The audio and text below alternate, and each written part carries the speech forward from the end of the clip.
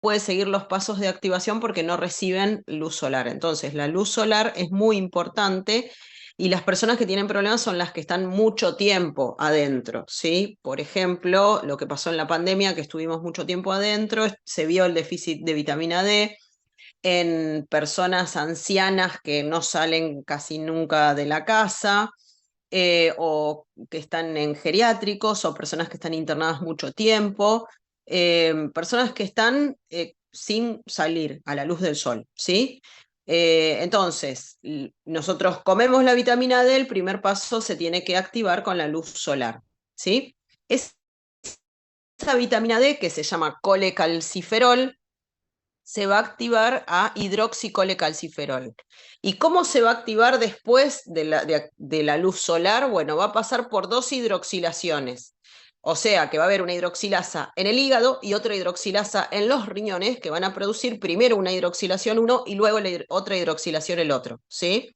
Es decir, que la vitamina D la comemos, primero se activa con la luz, luego en el hígado es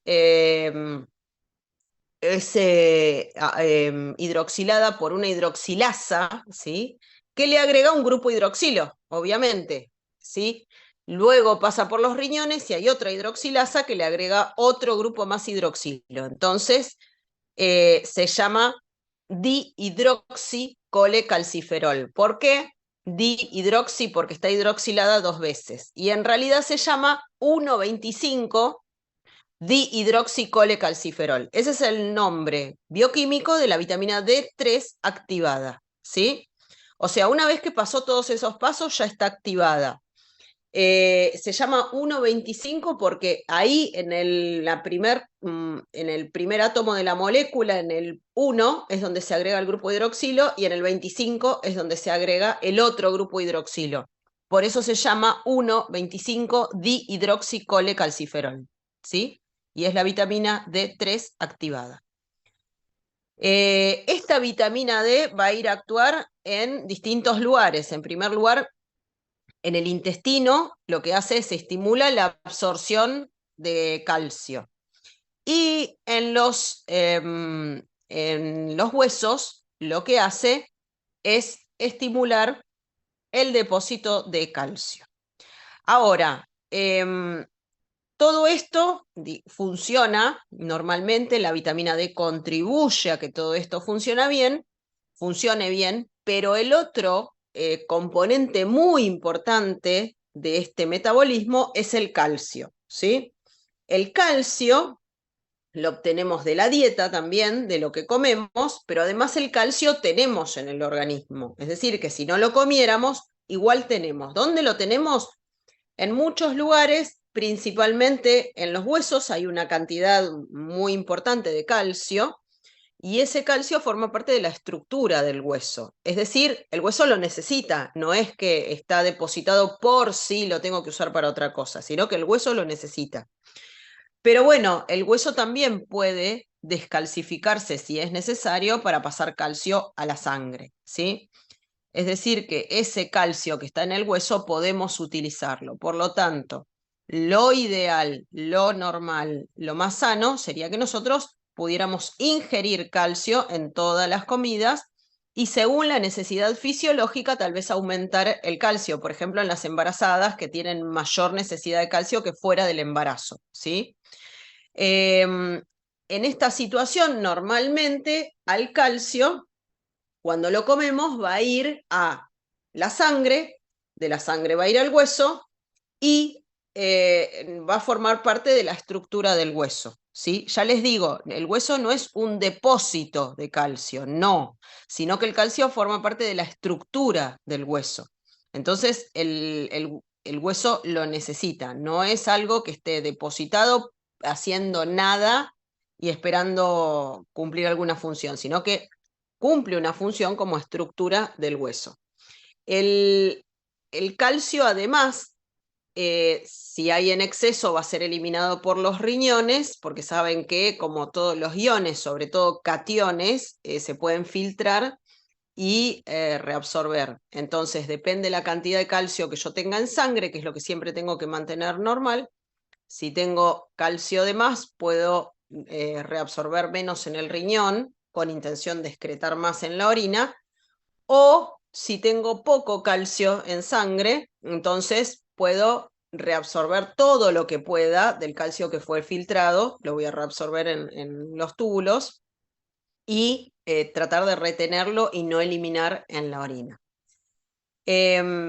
Para que este equilibrio del calcio se mantenga normal, tenemos que saber siempre que el calcio tiene que estar normal en sangre, ¿sí? La concentración de calcio en sangre se llama calcemia. La calcemia, tenemos un calcio total que es entre 8 y 10 miliequivalentes por litro, y ese es el valor normal de la calcemia, es un valor que lo tienen que saber y que es muy importante.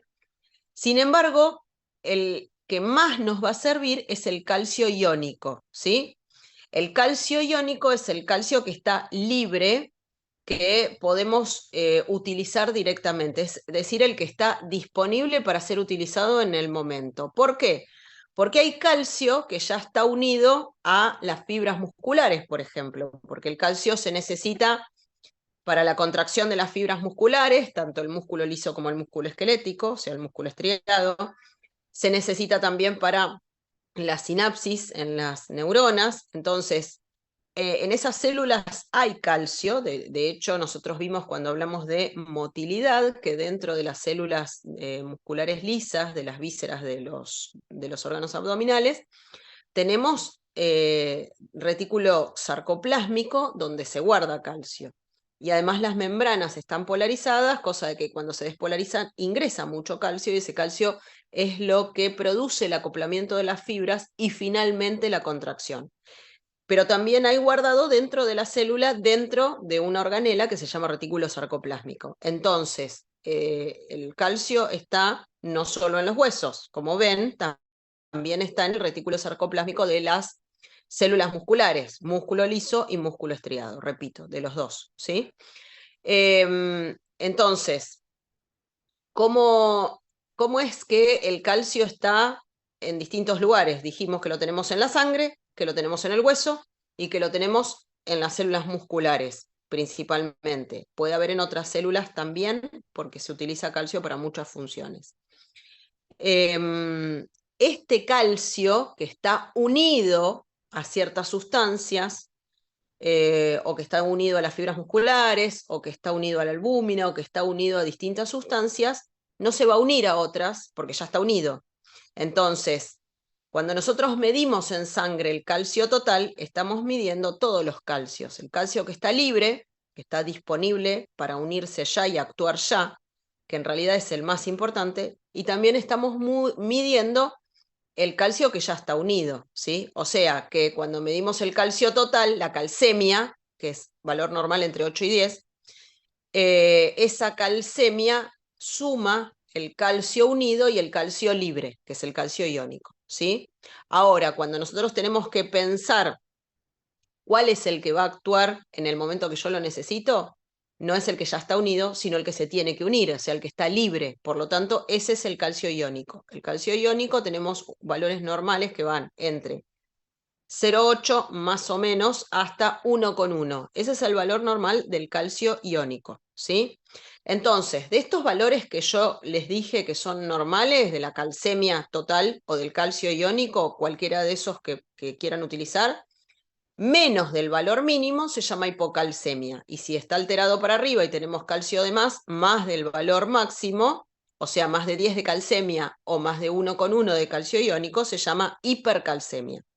Díganme hasta acá si se entendió. Sí, sí, se entendió. Bueno, por favor, interrumpan y pregúntenme si tienen dudas, ¿eh? Entonces, esta calcemia, que es el calcio en sangre, que lo podemos medir en el laboratorio con calcemia total o calcio iónico, nos habla de cuánto hay en sangre, ¿sí? En sangre. ¿Cuánto hay en sangre? Y recuerden que en sangre es donde tiene que estar siempre dentro de los parámetros normales. Y para eso, justamente otros órganos van a actuar cuando sale de lo normal, para volver estos valores a lo normal, ¿sí? Entonces, el calcio ya vimos en todos los lugares donde se puede regular, está en la sangre, que lo tenemos que mantener normal, está en el hueso, que no está depositado, sino que forma parte de la estructura del hueso. En el riñón el calcio se filtra, se puede reabsorber, puedo reabsorber más o puedo reabsorber menos según lo que yo necesite. Y todo esto, este metabolismo del calcio, lo regula la PTH. La PTH es la hormona paratiroidea. ¿Quién la produce?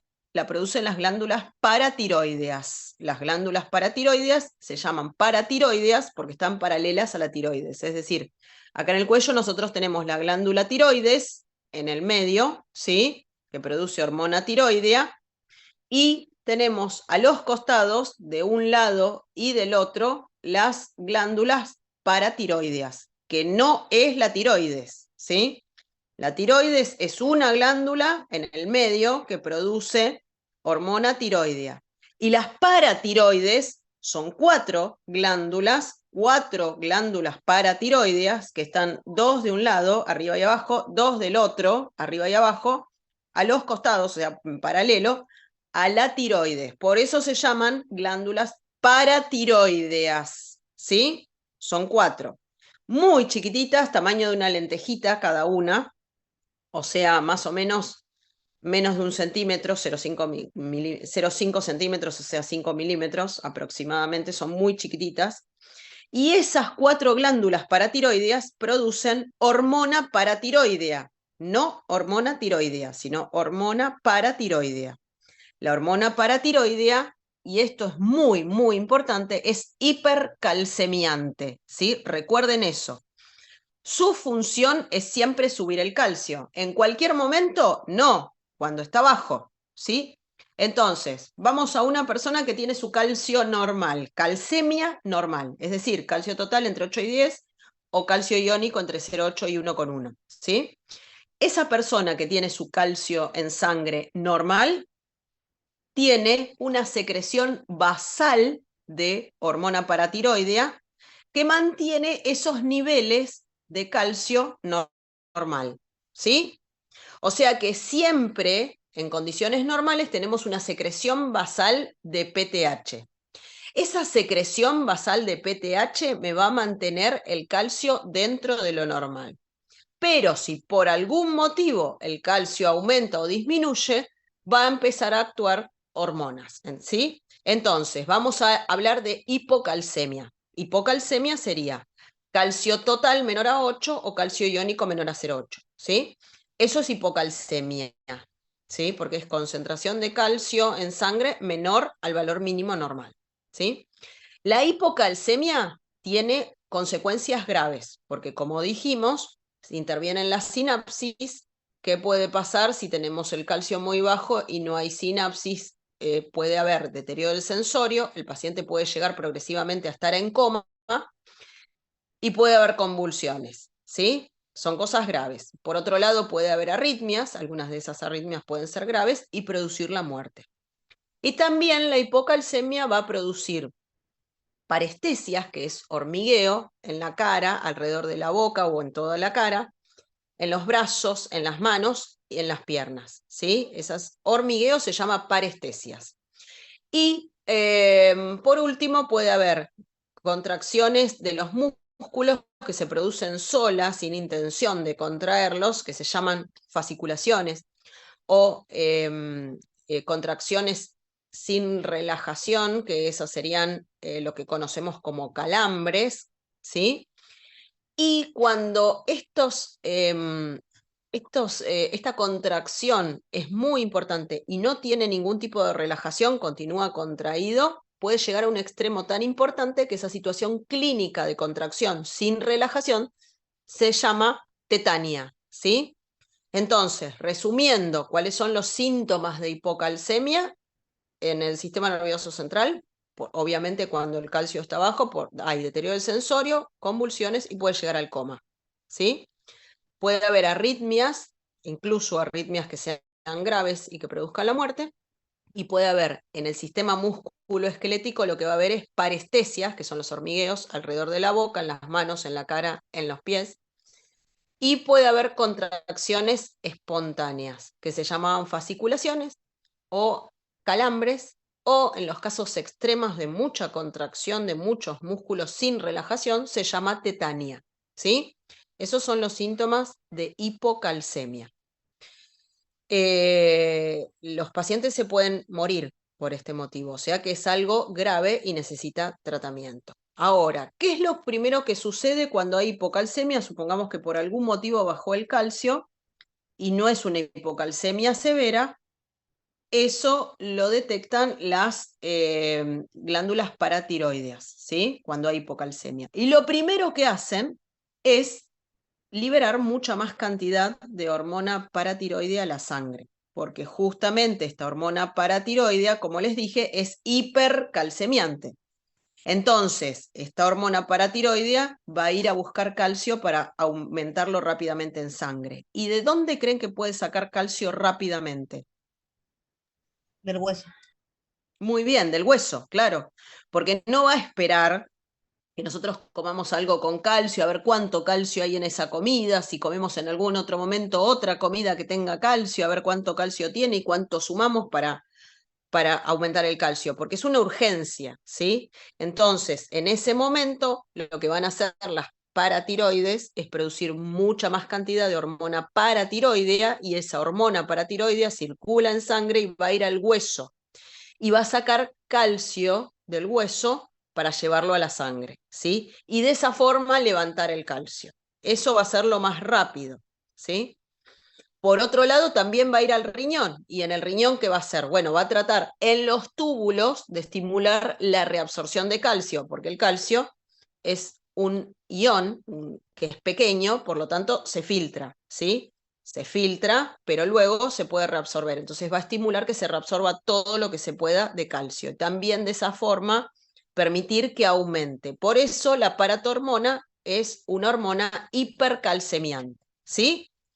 Ahora, entre paréntesis les quiero explicar una cosa del hueso. El hueso que les conté, que no es un depósito de calcio, sino que es un órgano vivo que tiene trabéculas. Entre las trabéculas hay células que están vivas, que reciben irrigación y que producen un trabajo.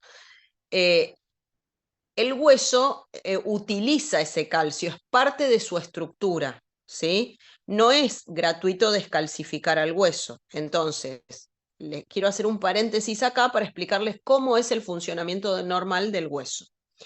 Del hueso me refiero a todos los huesos, ¿no? El esqueleto. Todos los huesos tienen un trabajo de remodelación ósea permanente, ¿sí? Es decir, tienen las trabéculas y en el medio de las trabéculas hay células. Estas células pueden ser osteoblastos, con B larga, osteoblastos, que son células que fabrican hueso, ¿sí? Que fabrican matriz ósea y que fabrican la estructura de este hueso, ¿sí? Eso se llama reabsorción ósea o síntesis ósea, ¿sí? Eso es lo que hacen los osteoblastos. Para eso agarran calcio y agarran otros minerales y con todo eso fabrican matriz ósea, en la cual se depositan estas células. O sea, en esa estructura de trabéculas viven esas células, ¿sí? Hay otras células en el hueso que se llaman osteoclastos, con C de casa en vez de B. Parece a propósito los nombres que le pusieron para confundirnos, porque son muy parecidos y cambia una sola letra y la función también, pero la realidad es así y además de ser diferentes por una sola letra, cumplen la función opuesta, porque los osteoclastos, ¿alguien anotó que hacía la vitamina D en el intestino de los huesos? Sí. Eh, los osteoclastos lo que hacen es destruir el hueso, ¿sí? Osteólisis o resorción ósea, ¿sí? Los osteoclastos producen resorción ósea, o sea, destruyen el hueso. ¿Y por qué motivo tenemos células que sintetizan hueso, o sea, los osteoblastos, y células que destruyen el hueso, los osteoclastos? ¿Se entendió la diferencia de la letra? Porque son muy parecidos los nombres. Sí, profe. Bueno, ¿Por qué tenemos células que fabrican hueso, osteoblastos, y células que destruyen hueso, los osteoclastos? Bueno, justamente el equilibrio entre el trabajo, claro, uno sintetiza y el otro destruye. Bueno, ¿cuál es la función? La función es la remodelación ósea, ¿sí? El hueso crece y va cambiando de forma, pero no solo crece a lo largo, ¿sí? No tengo un fémur de bebé que va creciendo a lo largo y me queda chiquito con la misma forma que tenía el bebé, pero más largo. No. Para poder crecer en alto, en ancho y toda la estructura que está por dentro del hueso, tiene que destruir primero estructuras que tenía cuando era más pequeño, como para empezar a fabricar estructuras más grandes y más de adulto, ¿sí? Toda esta remodelación ósea se produce durante todo el crecimiento, es decir, en la infancia y en la adolescencia, que es cuando crecemos, estimulado por las hormonas anabólicas como la hormona de crecimiento y la hormona, la insulina, que es también una hormona que estimula el crecimiento, es anabólica. Todas estas hormonas anabólicas van a estimular este crecimiento del hueso, o sea que para eso tienen que actuar las dos células, una que va destruyendo las estructuras más de pequeños y otra que va fabricando las estructuras más de adulto, ¿sí? Y así va cambiando la forma del hueso, no solamente va creciendo a lo largo, sino que va cambiando la forma y la estructura de ese hueso. Eso, todo este balance y todo este trabajo que se produce entre los osteoblastos y los osteoclastos se llama remodelación ósea y todo esto se produce mucho, mucho, mucho en la infancia y la adolescencia. Pero además, cuando llegamos a adultos, que ya se mantiene un poco más estable, hay momentos de la vida en los cuales puede haber un desbalance entre esta balanza, entre este equilibrio. Por ejemplo, en la embarazada. ¿Qué sucede la mujer adulta cuando se embaraza? Está creciendo un bebé en el útero. Entonces, ese bebé va a formar sus huesos y también va a necesitar calcio. Entonces, ¿qué hacemos si esa embarazada durante el embarazo no come mayor cantidad de calcio que lo habitual? ¿Sí? O sea que hay que suplementarle el calcio a la embarazada, ¿no? Si no come suficiente cantidad de calcio, este desbalance se va a producir igual, ¿sí? Se va a producir igual. Va a haber hormona que va a estimular los osteoclastos mucho más que los osteoblastos. Entonces van a destruir hueso de la madre, van a liberar calcio a la sangre y todo el exceso de calcio lo van a mandar a el bebé, ¿sí? Entonces, en el feto se van a formar las estructuras óseas que necesita, porque siempre se va a formar, siempre, pero si a esta embarazada no le damos más calcio que coma, porque no hay que darle pastillas, no es necesario, simplemente con mejorar el aporte de calcio en la dieta alcanza y sobra. Si le aumentamos la cantidad de calcio, entonces va a tener calcio para mantener su calcemia normal y también para aportar al feto que se está formando un esqueleto nuevo, ¿sí? Entonces no va a tener ninguna necesidad de destruir el hueso propio, ¿sí? Ahora, si no come esa embarazada mayor cantidad de calcio durante el embarazo que fuera del embarazo, entonces sí puede ser que no le alcance y que se produzca un desbalance en el trabajo de osteoblastos y osteoclastos. Un desbalance que va a estar a favor de los osteoclastos, que van a producir destrucción, osteólisis o resorción ósea, ¿sí? Va a haber más resorción que síntesis de hueso. Entonces, al haber más resorción ósea que síntesis, se va a liberar calcio a la sangre para mantener la calcemia de la madre siempre normal y el exceso lo van a mandar eh, por medio de la placenta al feto, ¿sí?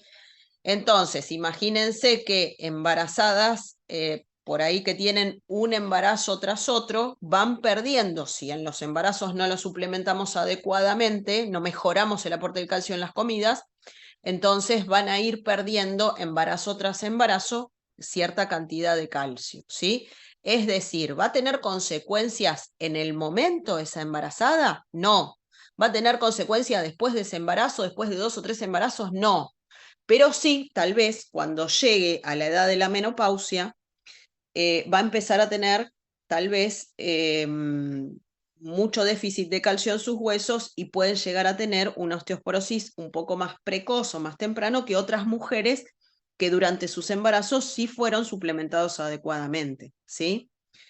Entonces, este ejemplo es importante para tener en cuenta que es otro momento que es fisiológico de la vida, en el cual un buen aporte, hay un desbalance siempre que no haya un aporte, ¿no? Porque si hay un buen aporte de calcio adecuado para la embarazada, entonces no va a haber un desbalance, porque hay aporte de calcio para ella y para el feto. Ahora, si no aumentamos el aporte, y bueno, va a haber que sacar el calcio de algún lado, y ahí sí se produce este desbalance a favor de los osteoclastos. ¿Se entendió esto? Sí, profe. Bueno, esto, perfecto. Entonces, esto que se llama remodelación ósea, es muy importante que lo tengan en cuenta, es en donde van a actuar estas hormonas. Esta que vimos ahora, que es la PTH. ¿Sí? Recuerden, la PTH siempre hay una mínima cantidad para mantener el calcio normal, pero en situación de hipocalcemia, ahí las paratiroides producen más cantidad de paratormona y esta paratormona va a ir a dos lugares. Al hueso, y va a estimular más este desbalance a favor de los osteoclastos, haciendo que los osteoclastos destruyan hueso y liberen rápidamente calcio hacia la sangre para tratar de subir el calcio hasta lo normal. Es hipercalcemiante la paratormona. Y el otro lugar donde va a ir a actuar, para resumir, es en los riñones, que el calcio que se filtra va a estimular la reabsorción de ese calcio hacia la sangre. Igual el que más aporta calcio y más rápidamente es el hueso, ¿sí? O sea que de estas dos funciones que cumple la paratormona, la más importante es a nivel del hueso porque es de donde más calcio y donde más rápido puedo sacar para normalizar la calcemia, ¿sí? Ese es el funcionamiento de la paratormona, ¿sí? Hasta ahí lo que es hipocalcemia. Hipocalcemia estimula la paratormona, que es hipercalcemiante para tratar de volver el calcio a lo normal, ¿sí? Ahora vamos a la situación opuesta, que sería hipercalcemia. Hipercalcemia se produce en pocas situaciones porque no es muy común y los síntomas, algunos van a ser parecidos y no son tan graves, ¿sí? O sea, la hipercalcemia es menos frecuente y menos grave que la hipocalcemia. Es decir, tienen que saber todo, pero si les tengo que preguntar algo, hipocalcemia se los tomo siempre, ¿sí? Igual les aclaro, para el examen tienen que saber todo. Igual esto va para el otro examen, para el último, ¿sí? Este tema, todo este tema. Pero bueno, la hipercalcemia se produce por varios motivos, siempre todo, dicen, sí, siempre todo.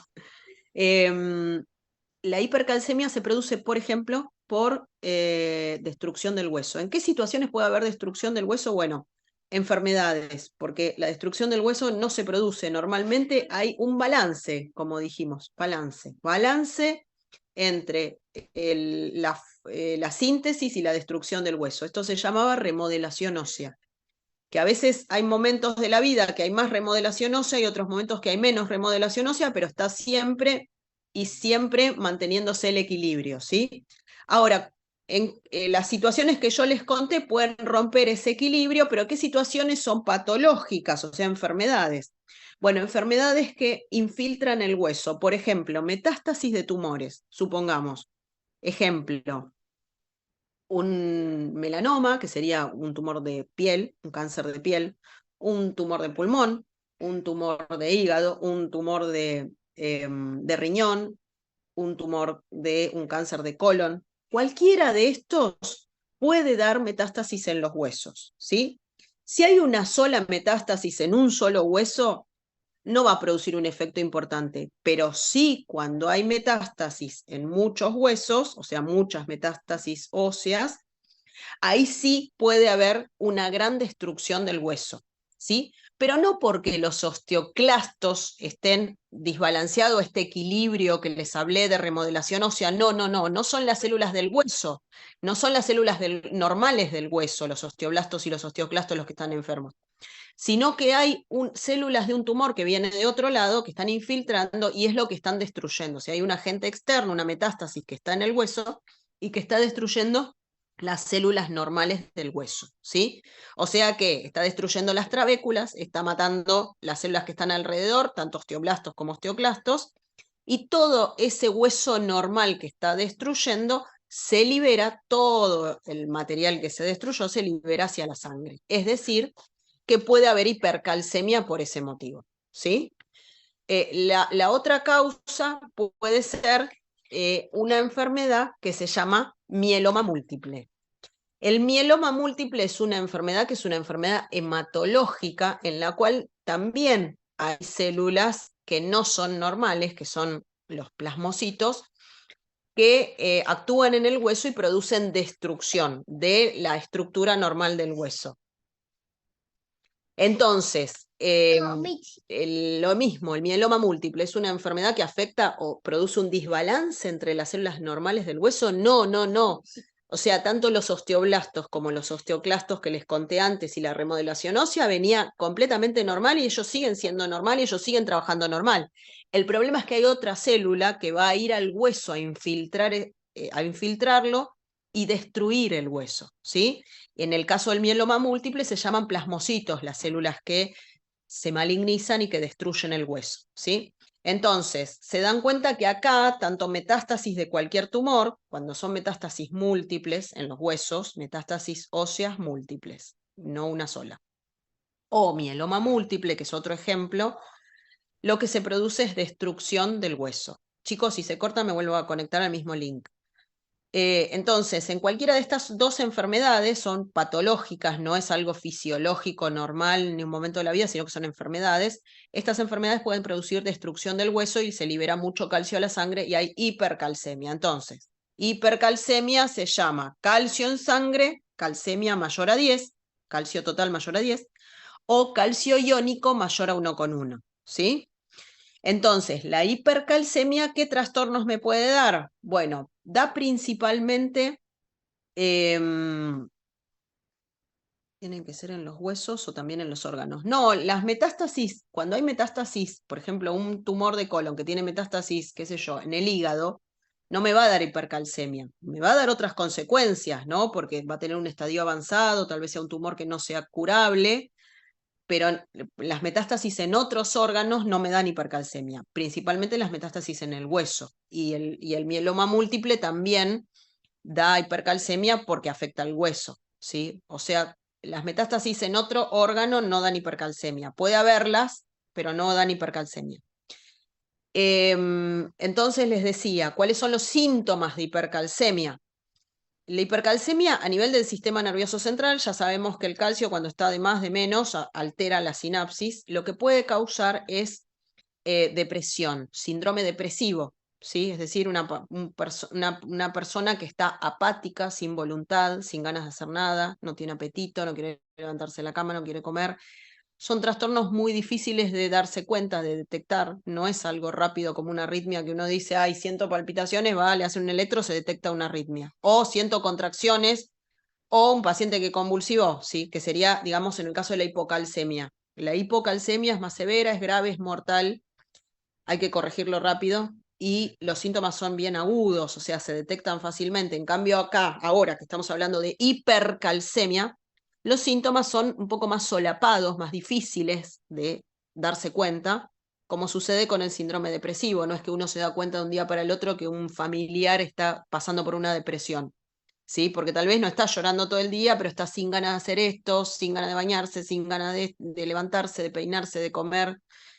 Se van sumando cosas y por ahí cuando uno se dio cuenta pasó tiempo, ¿sí?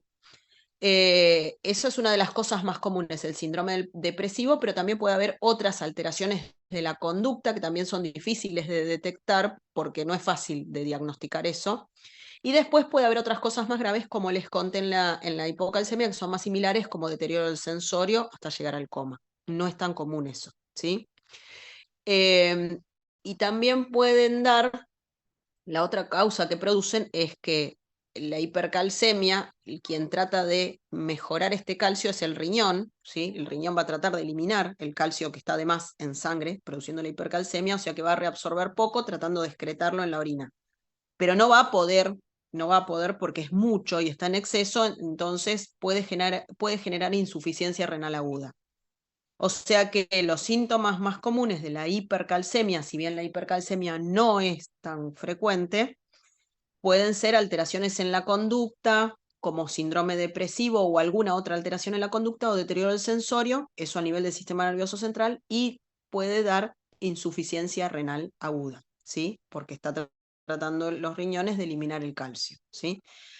Hay otros síntomas recontra alejados, menos frecuentes, así que no hace falta que lo sepan. Puede dar arritmias, puede dar convulsiones también, como se producían también en la hipocalcemia, ¿sí? Pero estos dos serían los más importantes a nivel del sistema nervioso central y de los riñones.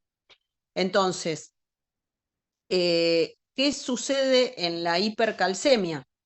En primer lugar, las paratiroides no van a producir paratormona, porque la paratormona es solamente hipercalcemiante, y justamente el problema es que acá hay hipercalcemia. Entonces no va a haber producción de paratormona, por un lado.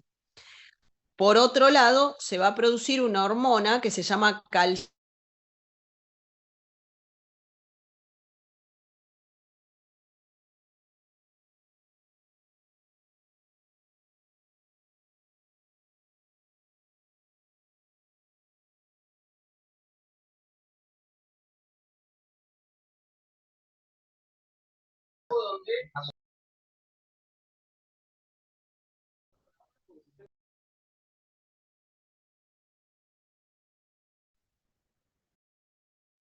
¿Se escucha? ¿Se escucha bien? Sí, profe. Sí. Perfecto. Bueno, les decía entonces que en la hipercalcemia, cuando aumenta el calcio en sangre, calcio total más de 10 o calcio iónico más de 1,1, en esa situación, primero que no se produce paratormona, porque la paratormona es hipercalcemiante, o sea que la paratormona se va a liberar a la sangre más allá, un poquito más del mínimo basal que se produce siempre, pero va a aumentar mucho más cuando hay hipocalcemia, ¿sí? O sea, en esta situación de hipercalcemia no se va a producir paratormona. Sí va a suceder que a ver, perdón, es mi nena. Sí va a suceder que en este momento que hay hipercalcemia, se va a liberar otra hormona, les decía, que es la calcitonina. La calcitonina la producen tanto las glándulas paratiroideas como también unas células que están en la tiroides, ¿sí? O sea, tanto la tiroides como las paratiroides producen esta hormona, que es la calcitonina. Y la calcitonina es una hormona que es hipocalcemiante, o sea, su función es bajar el calcio hasta lo normal, ¿sí? Entonces, ¿qué va a hacer la calcitonina? Bueno, va a actuar en dos órganos, en dos lugares. Primero, va a ir al hueso. En el hueso va a tratar de producir un desbalance entre entre la acción de los osteoblastos y los osteoclastos, obviamente a favor de la síntesis de hueso, o sea que va a estimular que haya un desbalance a favor de los osteoblastos y que sinteticen hueso, ¿sí? Si el hueso está muy enfermo, como les di el ejemplo del mieloma múltiple o de metástasis óseas, el hueso igual no va a poder, o sea, o es limitado lo que va a poder hacer, ¿sí? Pero la función de la calcitonina es esa en el hueso, a producir un desbalance a favor del trabajo de los osteoblastos, va a disminuir el trabajo de los osteoclastos, va a aumentar el trabajo de los osteoblastos, o sea que no va a haber casi destrucción ósea por las células normales y va a haber mucha síntesis de hueso. Sin embargo, este desbalance, si el hueso está muy enfermo por otras células, como les contaba, por metástasis de células malignas que vienen de otro órgano, este desbalance no alcanza para nada, ¿no? Es mínimo lo que puede llegar a ser o a veces no alcanza. ¿Por qué? Porque justamente hay mucha parte del hueso que está enferma por otras células que están destruyendo las células normales. Entonces, aunque la función de la calcitonina es esta, muchas veces no alcanza. El otro órgano donde va a ir a actuar la calcitonina es al riñón. ¿Y qué va a hacer en el riñón? Ahí sí puede hacer un poquito más, ¿sí? Porque si el riñón no está enfermo, lo que va a hacer, habiendo hipercalcemia, es tratar de reabsorber poco calcio, o sea, de que se filtre y que se reabsorba lo menos posible. ¿Para qué no reabsorberlo? Bueno, para que siga en la orina y excretarlo con la orina todo lo que se pueda, ¿sí? En general, los riñones hacen este trabajo, pero bueno, o sea, de filtrarlo y de excretarlo, pero cuando la calcitonina actúa, porque la calcitonina es una hormona hipocalcemiante, lo que hace es disminuir la reabsorción del calcio, ¿sí? Eh, Tanto una función como en la otra, o sea, tanto en el hueso como en el riñón, lo que va a tratar de hacer es bajar el calcio y volverlo a lo normal. O sea, resumiendo, cuando hay hipercalcemia, se libera calcitonina y la calcitonina va a ir a actuar a estos dos órganos, hueso y riñón, para tratar de subir el calcio a valores normales. O sea que su función es hipercalcemiante. Perdón, es hipocalcemiante, pues estábamos en hipercalcemia. Hipercalcemia trata de bajarlo, o sea que es hipocalcemiante. Ay, por favor, anótenlo bien, porque no quiero mezclarlos. Díganme si se entendió o les hice mucha mezcla. ¿Podrás repetir, profe, lo de Lo único, hipercalcemia? Se libera calcitonina para bajar la concentración del calcio y hasta exacto. ahí. O sea que es hipercalcemiante. Es hipocalcemiante. Genial. Exacto, exacto. Actuando sobre estos dos órganos, sobre el hueso y sobre el riñón. ¿Sí? Finalmente lo que va a hacer es bajar el calcio. ¿Sí? Bueno, como les decía, es muy importante que dice lo de la metástasis del hueso, ¿cómo era en relación a la calcitonina? No, en relación a la calcitonina es que la calcitonina en realidad lo que produce en el hueso es un desbalance, ¿sí? Es un desbalance entre las células normales del hueso. Pero si el hueso está muy enfermo por metástasis, porque tiene metástasis de células que vienen de otro órgano, todas las células o gran parte de las células normales del hueso van a estar enfermas. ¿Por qué? Porque las metástasis destruyen todo lo que hay en el hueso, todo lo normal, ¿sí? Y se reproducen las células tumorales. Al reproducirse las células tumorales en esa metástasis, destruyen todo el tejido normal. Por lo tanto, la calcitonina lo que puede hacer en el hueso va a ser limitado, porque va a tener menos cantidad de células normales del hueso, o sea, osteoblastos y osteoclastos, ¿sí? O sea, va a estimular que se sintetice hueso para tratar de captar calcio y volver a bajarlo en la sangre, ¿sí? Sin embargo, su acción va a ser limitada, porque si hay muchas metástasis grandes que destruyeron mucha cantidad de células normales del hueso, entonces no va a poder haber mucha respuesta. No sé si se entendió eso. O sea, es limitado lo que puede hacer. Es limitado porque las células del hueso van a estar invadidas. Perfecto. Van a estar invadidas con células de otro órgano que están destruyendo las células normales. ¿Sí? Esa sería la limitante. Profe, ¿y por qué puede ser que no se libere la calcitonina? ¿Por qué se puede llegar a una hipercalcemia No, y que se libere y no se baje la... en realidad la calcitonina se libera cuando el calcio empezó a aumentar un poquito, ya se libera la calcitonina. Lo que pasa es que por más que la calcitonina esté actuando, su función es limitada, no siempre puede volver. Por ejemplo, si hay una hipercalcemia que es leve, tal vez la calcitonina pueda volverla a lo normal, ¿sí? Sin embargo, si hay mucha destrucción ósea o hay un mieloma múltiple muy avanzado, también con mucha destrucción ósea, la calcitonina que podemos liberar no puede cumplir una función adecuada porque el hueso está muy enfermo con otras células y le quedan pocas células normales sanas. Entonces no tiene dónde actuar y su función es limitada por eso igual a hipercalcemia, ¿sí? Entonces, las hormonas actúan al principio cuando algo se va del valor normal, es decir, cuando el calcio baja un poco, se libera PTH para volver a lo normal. Si el calcio está extremadamente baja, ¿alcanza la PTH? Y no siempre va a alcanzar. Cuando el calcio aumenta un poco, se libera calcitonina y puede tener alguna función y volver a normalizarlo. Sin embargo, cuando está muy alto, es porque la calcitonina no alcanzó, porque no puede llegar a normalizarlo. Y en general es porque el hueso está muy enfermo, muy destruido y tiene pocas células normales y muchas células enfermas. ¿Sí? Por eso sucede.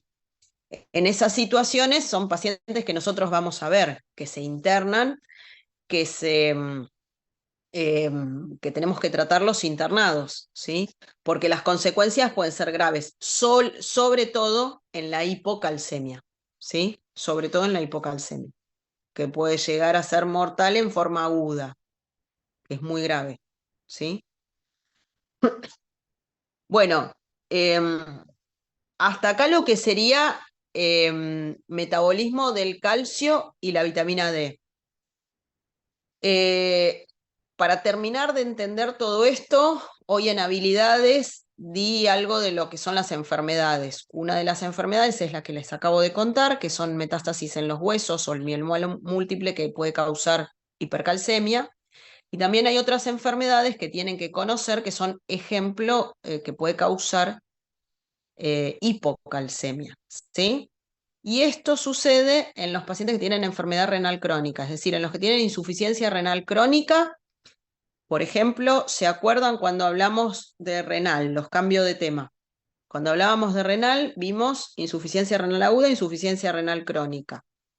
Las dos causas más frecuentes que conocen de insuficiencia renal crónica, ¿cuáles son?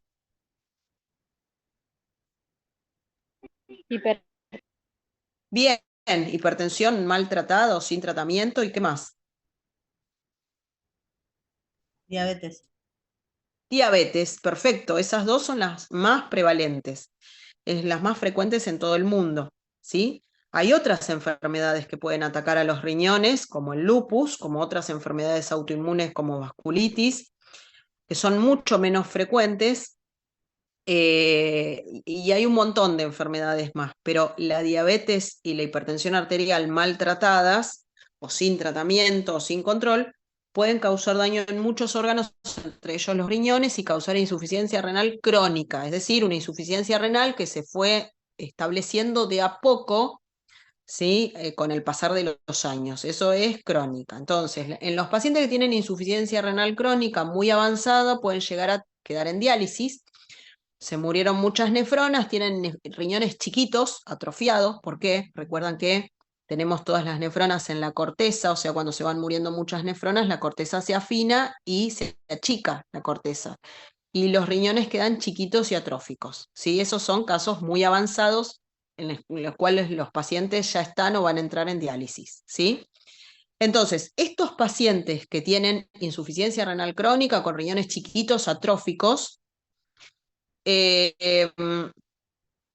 no solo no van a poder filtrar, hay muchas cosas que no van a poder hacer. Y acá viene el problema. Justamente dijimos que el calcio se filtra y se excreta en la orina, ¿sí?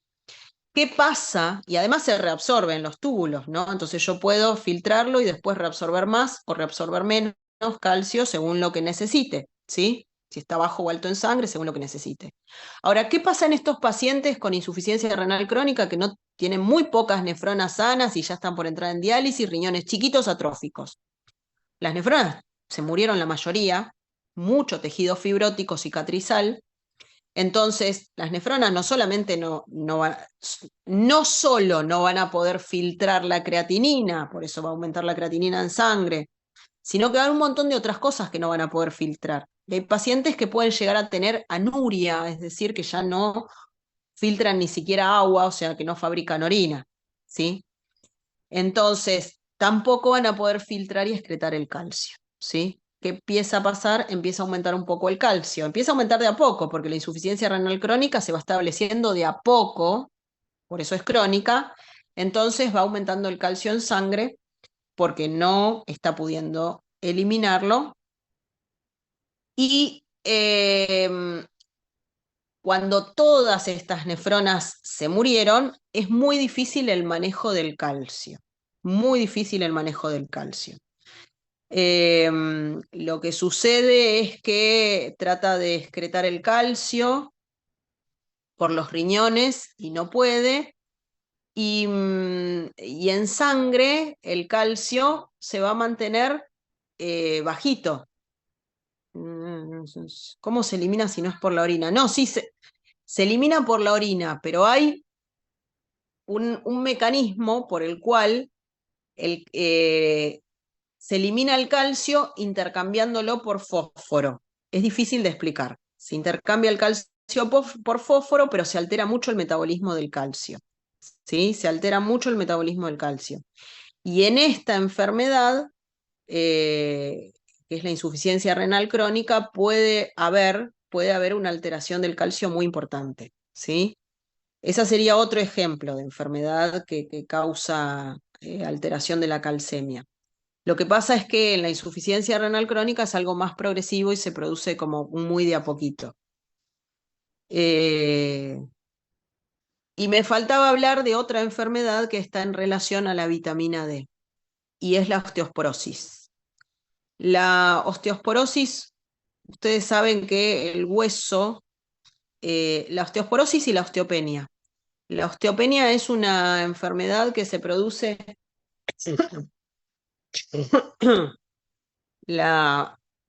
se produce a cierta edad, es más frecuente en las mujeres, y que sea más frecuente en las mujeres tiene que ver con una cuestión hormonal. ¿Por qué? Porque las mujeres durante la edad sexual activa tenemos estrógenos. Los estrógenos nos protegen de la descalcificación del hueso, pero esto lo producen, o sea, los estrógenos tienen una función protectora en el momento, durante toda la vida sexual activa. Una vez que llegamos a la menopausia, el estrógeno baja y deja de protegernos. Entonces favorece que empiece una cierta descalcificación del hueso, ¿sí? Perdón. Es normal que esto se produzca en ese momento, secundario a una cuestión hormonal, ¿sí? Es normal.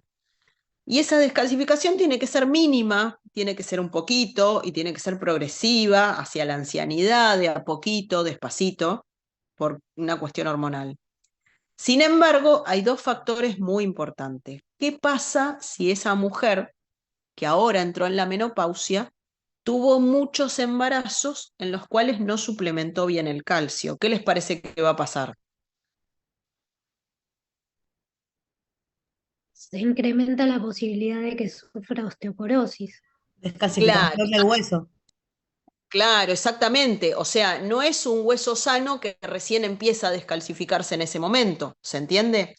Sino que es un hueso que ya tenía cierta pérdida de matriz ósea y de cierto grado de descalcificación, que no le afectaba en nada, pero en ese momento, que es la menopausia, cuando bajan los estrógenos que dejan de protegernos, empieza otro momento de descalcificación que es normal, pero se suma a lo que ya venía. Entonces, pueden llegar a tener osteosporosis mucho más a más temprana edad, ¿sí? Obviamente que hay otros factores que también influyen, el otro es la vitamina D. Para que haya una correcta fijación, y esto es durante toda la vida, no solamente en la menopausia, sino durante toda la vida, para que haya una adecuada fijación del calcio al hueso. ¿Quién estimula esto? La vitamina D. Entonces, volvemos al principio de la clase. Recuerden que la vitamina D la comemos y luego se activa con la luz solar y con las dos hidroxilaciones. Una hidroxilación en el hígado y la otra hidroxilación en los riñones. Luego de eso se llama 1,25-dihidroxicolecalcifarol, ¿sí? Que es la vitamina D3 activada.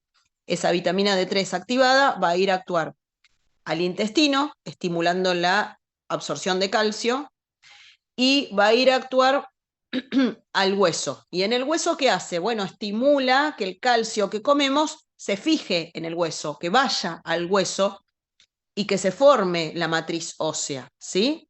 Entonces, esta vitamina D también es importante. Entonces, si esta persona, lo cual no es común, ¿no? No es común, además de estar descalcificada por los embarazos, nunca sale de la casa, no tiene exposición solar, aunque sea 5 minutos, 2 o 3 veces por semana, no hace falta acostarse a tomar sol abajo del sol, ¿sí?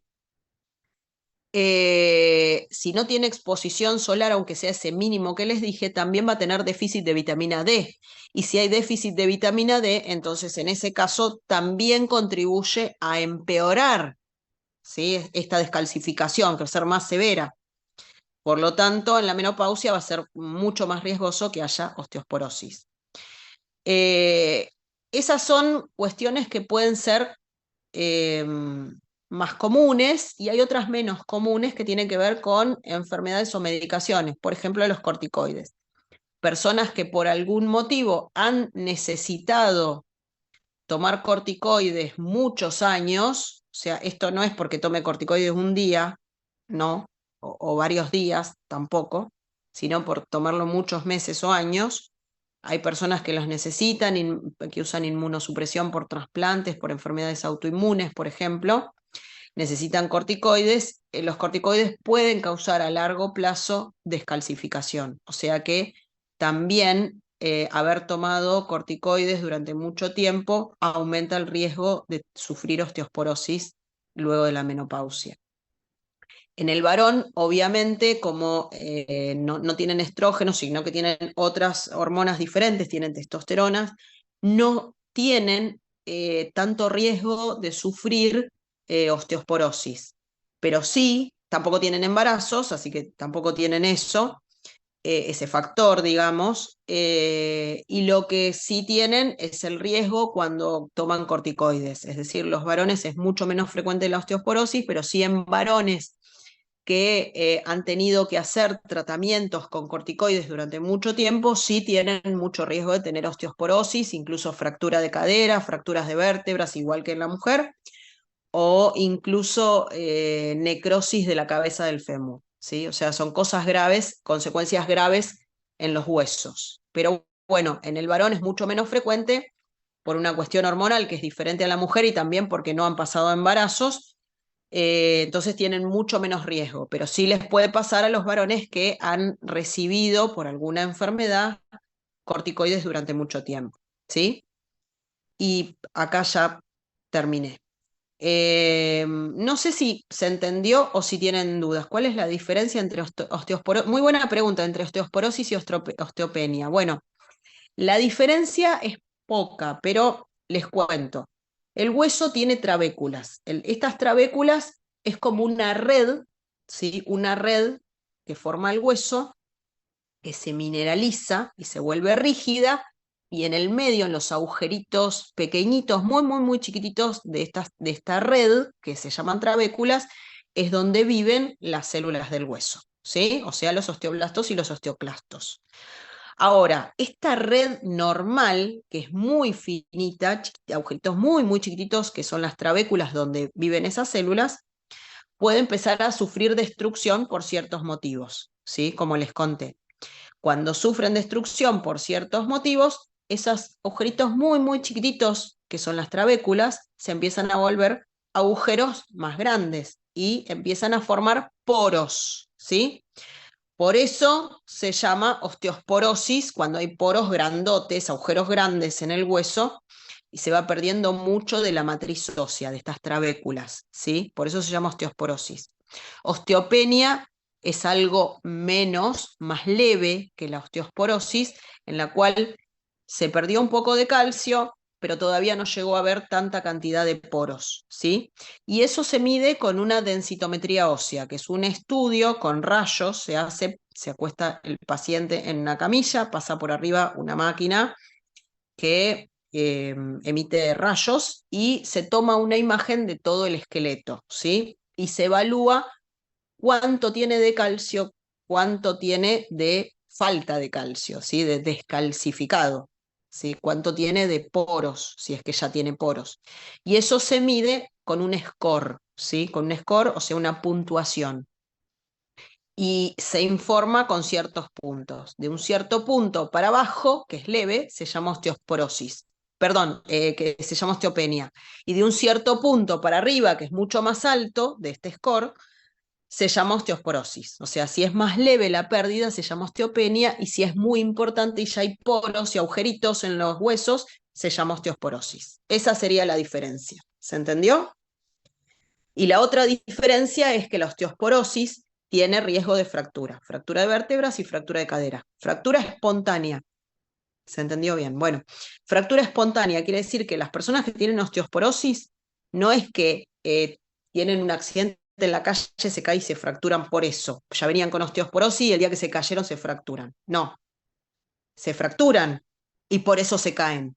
La fractura es espontánea, o sea, el hueso tiene tanta fragilidad, en las osteoporosis, el hueso tiene tanta fragilidad que se fractura solo por su propio peso. O sea, se ponen de pie, caminan y en algún momento la cadera se fractura o las vértebras se fracturan y se aplastan y da mucho dolor. Y la fractura de cadera también, obviamente, se fracturan y por eso se caen, porque se les fracturó la cadera. Pero es una fractura espontánea, ¿sí?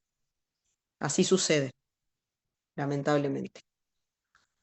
Bueno, no sé si tienen dudas o preguntas, díganme. No, profe, se entendió todo. Bueno, perfecto, perfecto. Después les voy a mandar un dibujito que lo van a encontrar en cualquier lado. Igual van a tener la clase, esto, el seminario de esto, que les va a dar Adriana Barreto, ¿sí? De este tema. Em, ¿qué le iba qué iba a decir? Ah, les voy a mandar un dibujito que lo saqué de internet, que hace como un resumen de todos los órganos, ¿sí? Cómo entra la vitamina D, en qué lugares se activa y dónde actúa, ¿sí? Y cómo actúa también en la hipercalcemia y en la hipocalcemia las hormonas, ¿sí? Así que les voy a mandar como un dibujito que resume todo eso, que lo pueden sacar de cualquier lado, es como para resumir todo eso. Bueno, bueno, no sé, si no hay más dudas, terminamos acá.